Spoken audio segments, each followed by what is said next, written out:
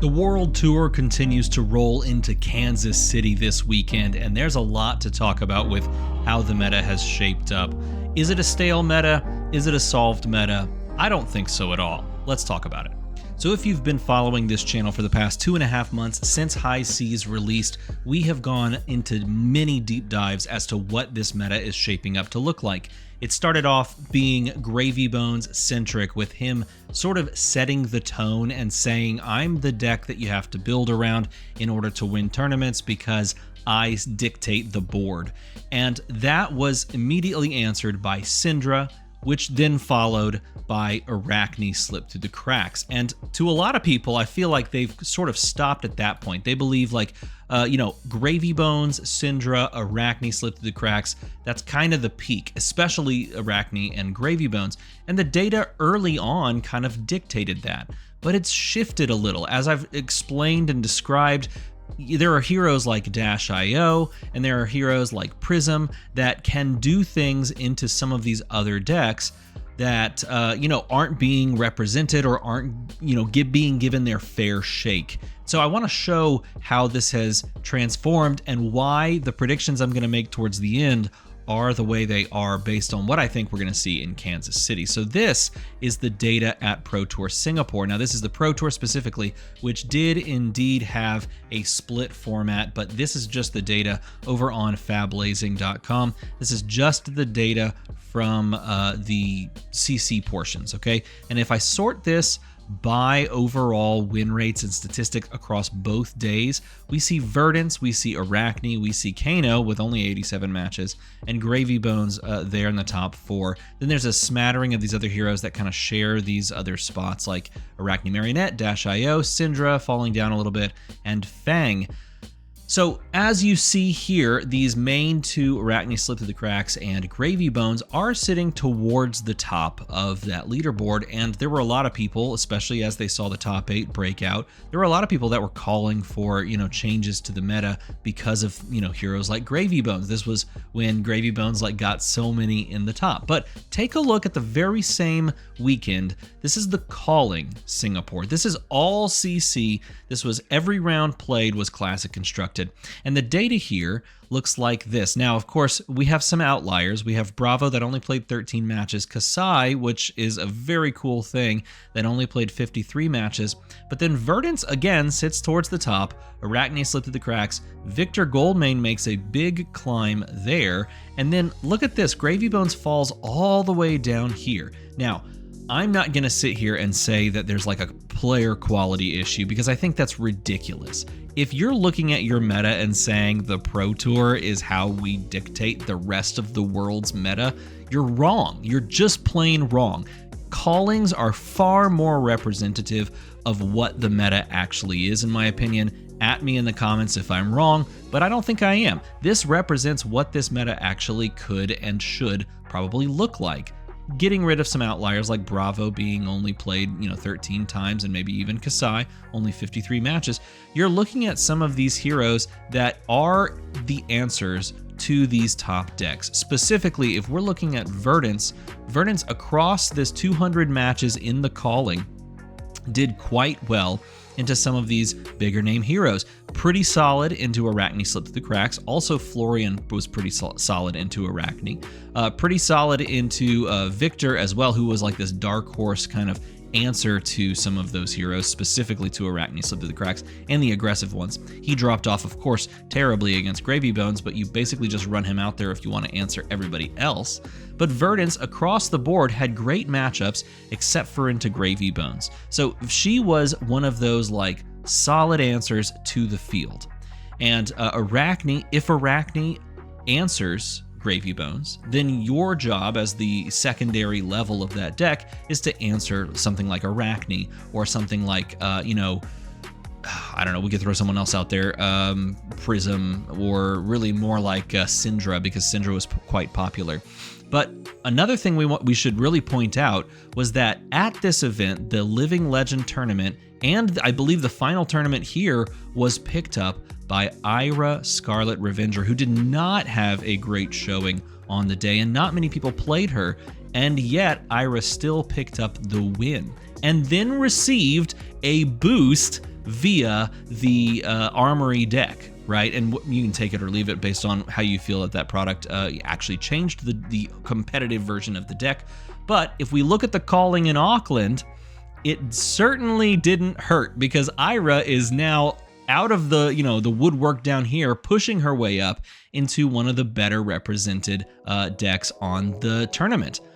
This is kind of crazy. Now, this is the Calling Auckland that just happened. This is a smaller sample size, but take a look at how the meta shifted.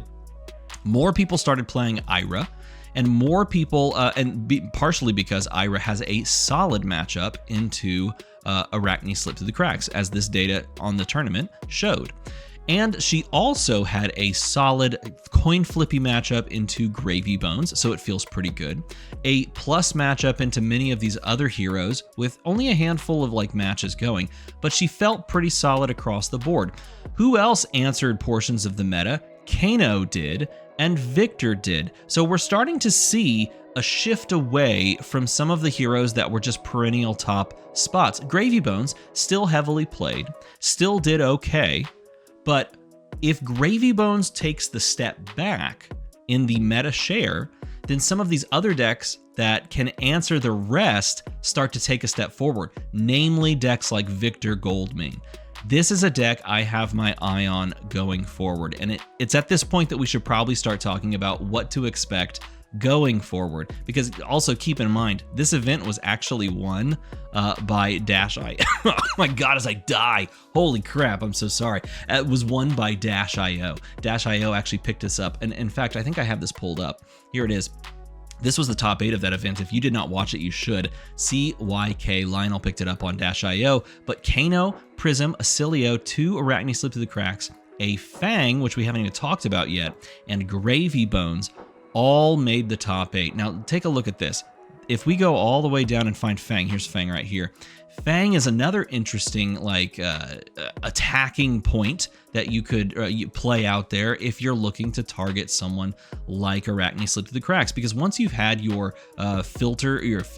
once you have your fealties, that's the word, turned on, you can get disrupted, and you can be like, yeah, I don't really care as much as you would want me to. It's just going to be a race at that point. And my entire deck is built around attack reacting when you're at low life totals. And so if we progress the game state to a low life total game state, I am plus or at an advantage in that matchup because I'm playing Fang compared to someone who does have attack reactions and Arachne Slip Through the Cracks and other things like that, but is essentially sort of priced into blocking at a certain point when Fang can go like +3, +2, +3, like some crazy numbers. So Fang is actually an interesting meta pick, and it's not just represented here in this small conglomerate of data.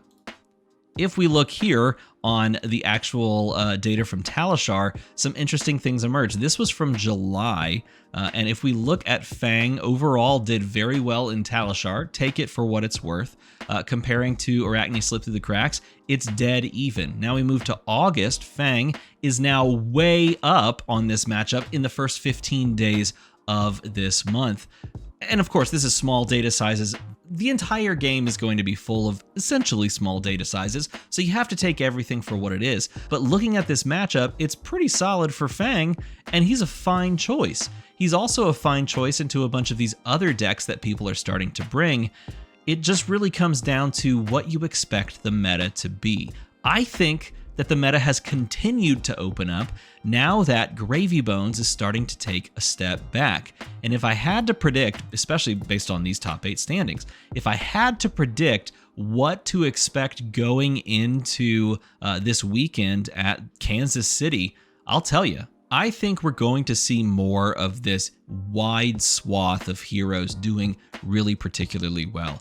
I do think that Gravy Bones is still powerful, but I believe this stepping back is Gravy Bones responding to the sheer amount of other decks that can go toe-to-toe aggressively with him, like your Dash.ios of the world, like your Syndras of the world, even though Syndra may be a little bit better than it used to be, but particularly Arachne Slip Through the Cracks as well. So I do think that Gravy Bones takes another little nudge back. He could have the craziest weekend, and I could be wrong. He could have 5 spots in the top 8. I think that's how swingy Gravy Bones is, and it's of course always going to come down to the skill of the players that are playing him. I think that's the biggest thing, but I do think by and large he is continuing to step back into a very powerful but more median placement in the meta. In his place, I expect to see more Ira show up per capita, if you will. I expect Ira's meta share to continue to rise and for her to become a deck that people need to consider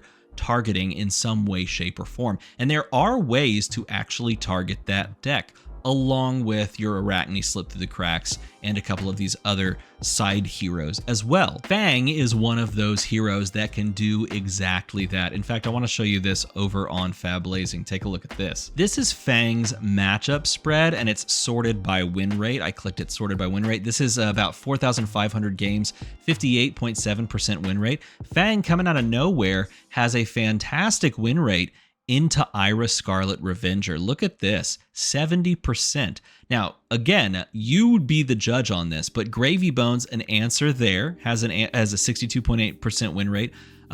Pretty good into Prism, which is a side hero, a plus matchup into Arachne Slip Through the Cracks, and then starts to fall off versus heroes like Verdance, where you just have to go faster, and Victor Goldmane, who can be somewhat disruptive, and sometimes you can just say, I don't care, and then you just have to race your Dash IO and your Acilios and your Syndras. But if you're answering, Ira, who I think is getting better, and you're answering Gravy Bones, who I think is still going to be very strong, and you have a solid matchup, even if it's close, versus Verdance and versus Arachne Slip Through the Cracks, I think this is a hero to really keep your eye on. And it's not just Fang, it's also Kasai.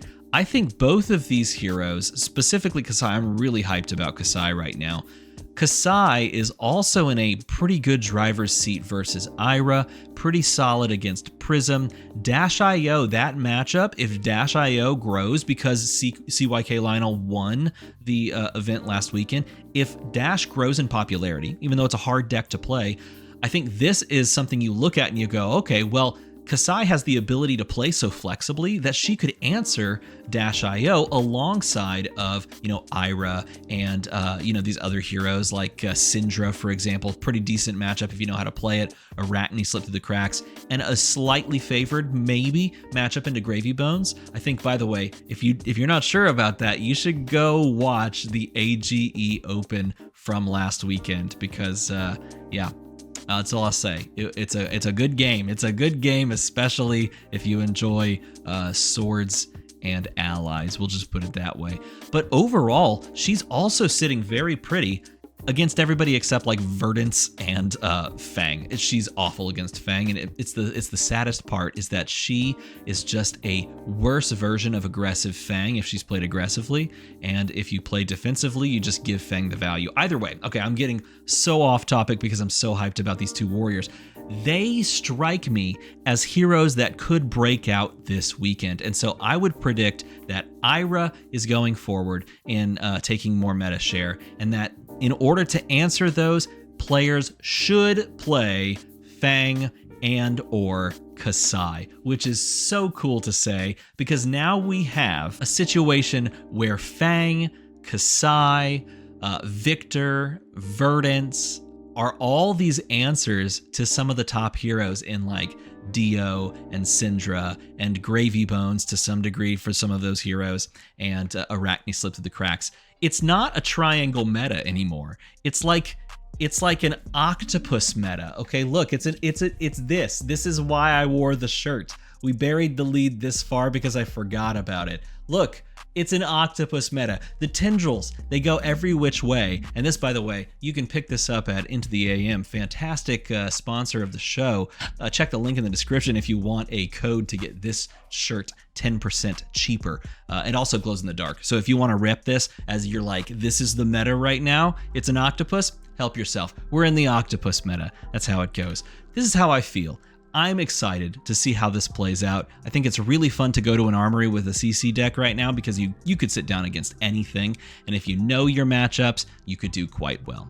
If you agree and you want to tell me even more, or if you disagree and tell me why I'm wrong, leave a comment down below. And of course, make the number go to the other number.